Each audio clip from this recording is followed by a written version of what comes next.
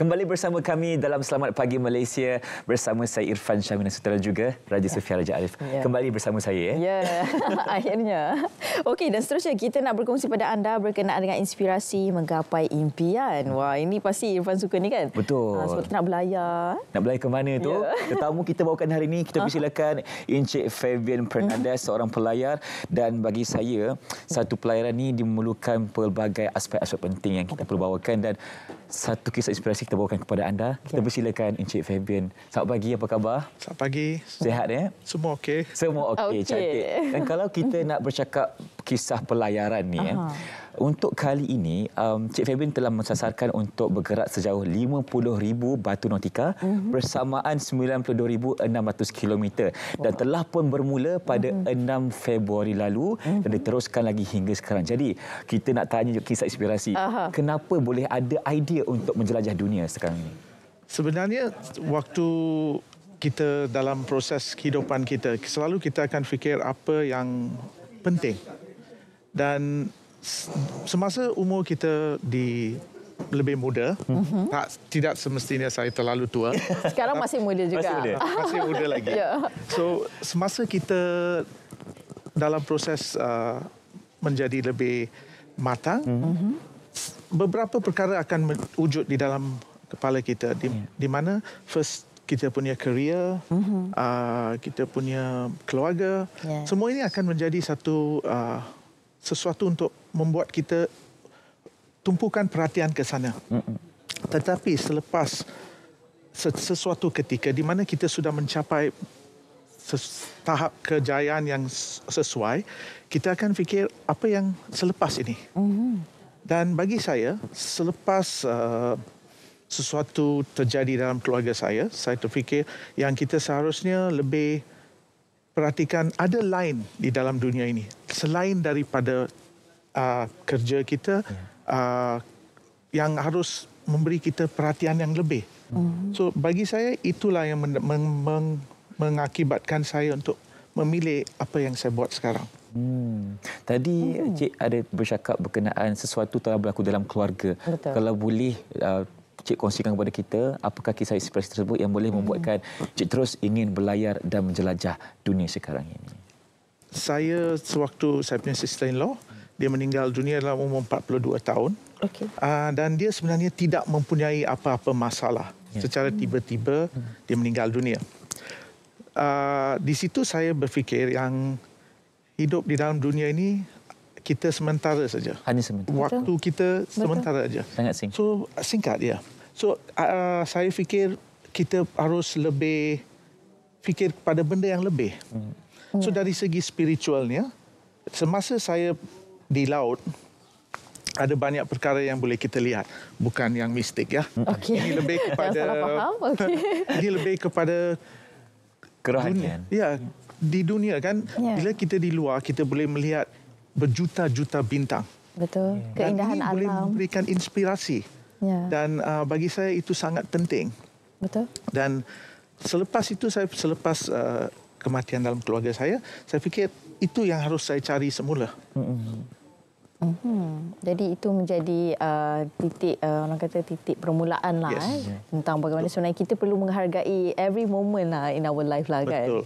Okey. Dan difahamkan juga sekarang ini telah pun berlabuh di Tanzania, Afrika Timur. Ya, betul. Jadi selepas ini akan bergerak ke mana pula pelayarannya? Selepas ni sebenarnya ialah dalam proses pengembaraan saya keliling dunia. Ini ialah yang voyage saya yang paling susah. Sebab merintangi Cape of Good Hope, Tanjung Harapan kalau tak salah saya, ialah antara tempat yang paling sukar untuk dilalui. Sebab dia mempunyai banyak halangan dari segi cuaca, arus, angin dan seterusnya. So, saya harap dalam sebelum Disember saya akan sampai ke Cape Town. Baik. Kalau kita boleh faham sekarang ini adalah pelayaran solo ketika ini. Tak, saya sebenarnya mempunyai antara 1 atau 2 kru saya. Untuk membantu saya.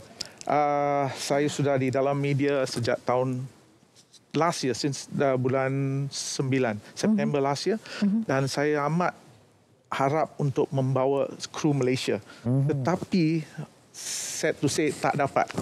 Okey. So that's bagi saya satu yang I'm not very happy about that.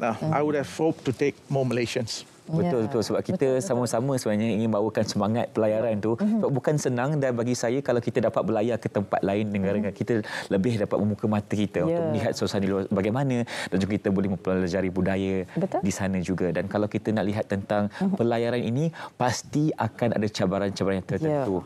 Saya nak tahu juga perkongsian cerita ini bagaimana, Encik Fernandez? Okey, sebenarnya sebab saya bermula kerjaya saya di laut dulu sebagai bekerja di kapal dagang, merchant ships ya. So memang saya sudah melalui keliling bumi dengan kapal dagang. Tapi it's not the same, tidak sama ya. Kapal layar sebab saya sendiri yang akan kemudi, saya sendiri kena plan. Dan proses ini mengambil masa sudah hampir 4 tahun. Planning saja. So ini mengambil masa lama sebab ini bukan melibatkan ada tim besar. Macam kalau kita kerja, kita ada tim-tim untuk membantu kita. Macam sekarang di sini ada cameraman, ada yang prompter yang memberi. Semua itu ada banyak tim kita kan. Tapi bila saya dalam proses ini, saya sendiri yang akan urus semua ini.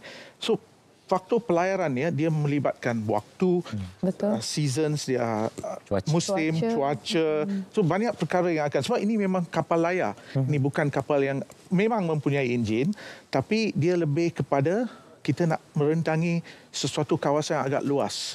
Jadi kita akan kembali ke masa dahulu di mana kita akan berlayar menggunakan kuasa angin.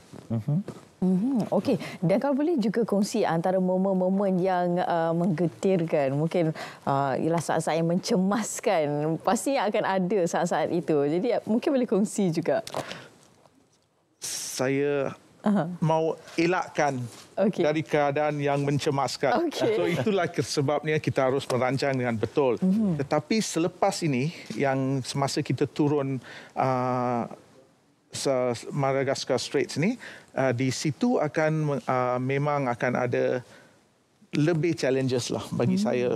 So ini saya harap dengan planning yang betul kita dapat mengatasi sebarangan perkara yang akan wujud. Ya, Cik Fernandez, saya nak tahu sebenarnya tentang kapal layar yang dinamakan sebagai Destiny. Mungkin boleh kongsikan sejak bila ambil dan jaga sampailah boleh berlayar ke seluruh dunia sekarang ini. Apakah kenangan-kenangan manis bersama dengan Destiny? Okey, saya membeli bot ni pada tahun 2016. Dia second hand. Dan saya sebenarnya masa itu saya lebih cenderung kepada aktiviti berlayar untuk racing, untuk laju. Ini untuk macam di Malaysia kita mempunyai Raja Muda Regatta yang biasanya akan berlaku sekitar bulan November.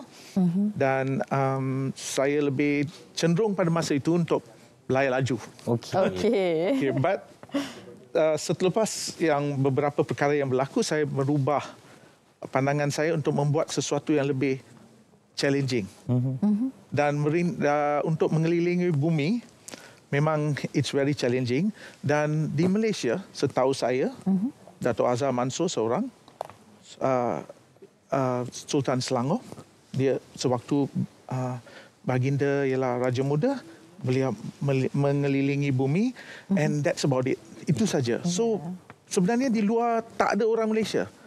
This is satu yang saya memang harap dapat bendera kita ni dapat pergi ke merata-rata tempat, dan di tempat-tempat yang belum pernah ada pelayar kita yang sampai. Sekarang ini Cik Fernandez cuba untuk melakar sejarah, betul. untuk kita memperlihatkan jalur gemilang kita di seluruh dunia ketika ini, berlayar bersama dengan mereka yang sepatutnya dan mengikut kepada cuaca dan keadaan yang baiklah. Ya, betul. Okey, dan apa lagi antara perancangan pada masa akan datang untuk, ialah kalau boleh kita nak kongsikan pendedahan tentang pelayaran ini pada lebih ramai lagi masyarakat luar sana?